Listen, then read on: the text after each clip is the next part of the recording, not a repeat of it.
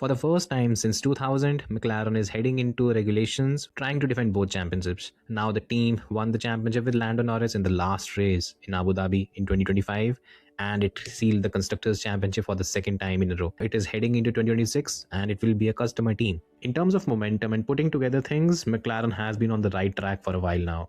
And what can we expect from the team in 2026? Let's take a look as we try to preview the team's 2026 F1 season and finally share my predictions as well on how I expect the team to perform this year.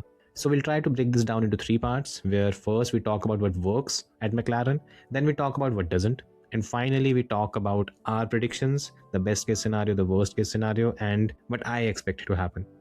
So let's jump into it. Now before we get to the video, first some housekeeping notes. Hit the subscribe button and like the video. It helps reach a wider audience. First of all, talking about what works at McLaren, I think it has to start with the aerodynamic unit. The team has arguably the best aerodynamic unit in the entire grid. We saw it on evidence in 2024 and 2025 where McLaren had the benchmark car. Now heading into the new set of regulations, the team, first of all, it made sure that it moved its attention to 2026 at a decent point in 2025.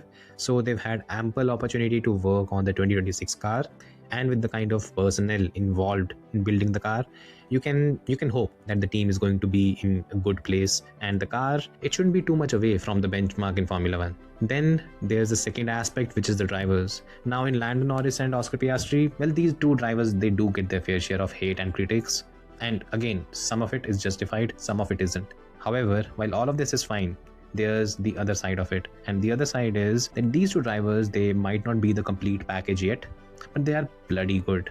They're very consistent, they're very fast, and more often than not, at least either of the two is going to extract the best possible result from the car. And we saw it on evidence in 2025 as well. Now Lando Norris and Oscar Piastri, they might not be a Max Verstappen, they might not even be a Charles Leclerc or a George Russell, but they are still a potent pair, and one of them won the championship last season, so that's only going to be an added boost. And finally, the most important thing, the team is still evolving and growing. This is a team that only 2 years back started competing at the front of the grid. It's something that has not been a consistent feature for this unit. However, with every year it is learning and it is continuing to evolve. Now this year, Will Courtney has joined the team from Red Bull, and having someone like him with the kind of experience that he has, it's only an added bonus. What we've seen until now from McLaren, it's not the final product, and there is still a lot more to come. Now jumping to what doesn't work with McLaren, and the first thing is going to be the fact that it is a customer team. Now when we're talking about McLaren, it is going to be supplied the power units by Mercedes. From 2022 to 2025, we had the engine freeze. Now during the engine freeze, the power units are more or less stable. There's no development and nothing.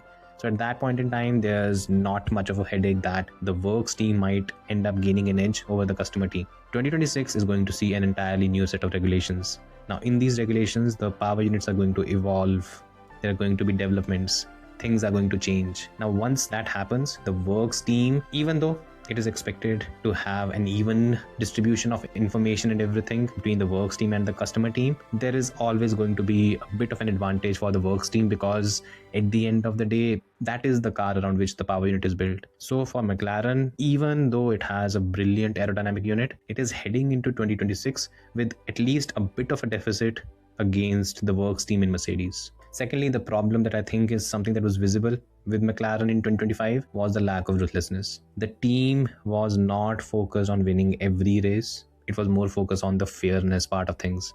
And that led to the team losing at least a few races in 2025. In Formula 1 or in any sporting competition, a lack of ruthlessness is a weakness that gets exploited by almost everyone. So that is something that McLaren would have to be careful of, at least if it wants to have long-term success, because being wasteful, it could have hurt the team a lot in 2025 as well, because Lando Norris only won the championship by a couple of points.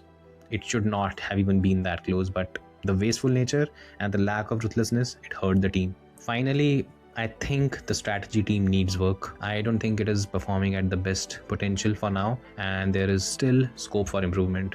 At the end of the day, the 2025 F1 season showed that Red Bull still continues to be the benchmark in Formula 1 when it comes to strategy. In 2026, that is one area where McLaren would be hoping to improve. It's the ability to perform under pressure. It's the ability to take calls when things are heating up. That is something that comes with experience for sure.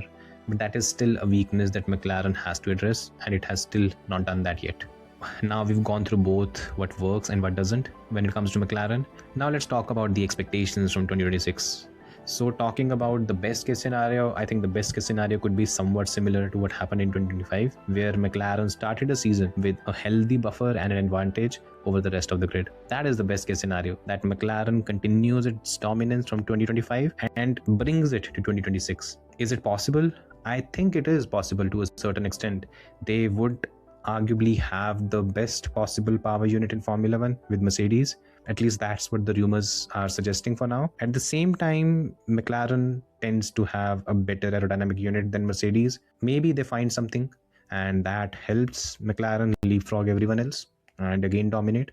So it could happen. There is a possibility that it might happen. Now, the worst case scenario for McLaren would be it is forced to play second fiddle to Mercedes. Now, what that means is, since it is a customer team, it starts the season on a deficit to Mercedes, and it is entirely possible. Mercedes has more information about the power unit and the car would be built according to that. So that kind of deficit could potentially be there, and hence McLaren starts the season behind Mercedes and ends up just chasing it and being unable to close the gap by the end of the season. Now let's talk about my prediction, what I think is going to happen with McLaren. So in my view, I think McLaren is going to fight for the championship against Mercedes.